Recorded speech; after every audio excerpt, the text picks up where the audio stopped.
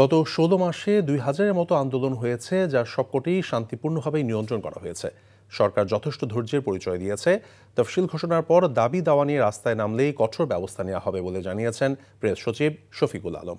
অন্তর্বর্তী সরকারের উপদেষ্টা পরিষদের নিয়মিত বৈঠক শেষে রাজধানী ফরেন সার্ভিস একাডেমিতে একথা জানান প্রধান উপদেষ্টার প্রেস সচিব শফিকুল আলম।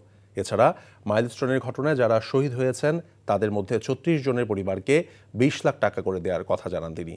পাশাপাশি মেট্রো রেলের ভাড়ার উপর ভ্যাট প্রত্যাহার সহ রমজান মাস থেকে খেজুরের উপর ১০% কর কমানোর বিষয়ে উপদেষ্টা পরিষদের বৈঠকে সিদ্ধান্ত এসেছে বলে জানান প্রেস সচিব।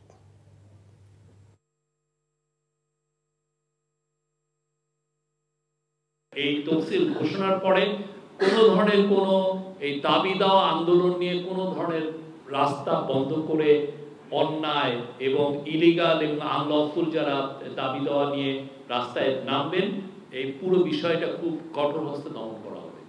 উপদেষ্টা তাদের পদত্যাগপত্র জমা দিয়েছেন এবং আজকে যেহেতু তফসিল ঘোষণা হচ্ছে এবং তফসিল ঘোষণার সাথে সাথে তাদের এই পদত্যাগ কার্যকর হবে। মাইলস্টোনের যারা ভিকটিম ছিলেন ৩৬ জনকে ২০ লাখ টাকা এককালীন দেওয়া হবে এবং আহতদের এককালীন ৫ লাখ টাকা দেওয়া হবে।